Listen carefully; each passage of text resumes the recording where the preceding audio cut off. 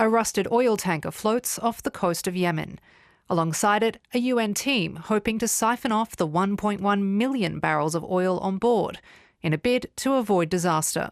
Right behind me, you can see the FSO Safer itself, and just beyond that is the Yemen, the formerly known as the Nautica, the vessel that is currently receiving oil to offload from the FSO Safer. The war in Yemen had disrupted the maintenance operations on the tanker, which had been used for storage and moored in the Red Sea for more than 30 years. After months of preparation, the transfer of oil began this week. It's expected to take about 19 days.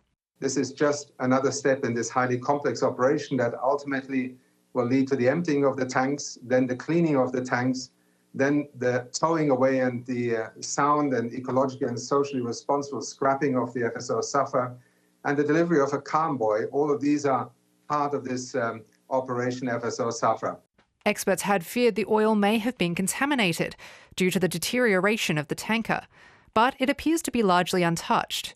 But the oil is in pretty good shape. We'll get the real details when that's done. And the full amount of the oil that we had expected is here. The compartments storing the oil, in many cases, were still fully intact with not a large amount of oxygen on the inside, actually surprisingly. As to what will happen to the salvaged oil, which could be worth millions of dollars, there are no concrete plans yet. At this stage, an agreement could not be found on the actual sale of the oil, but the priority with everyone was to get this cargo off a 47-year-old rusting tanker.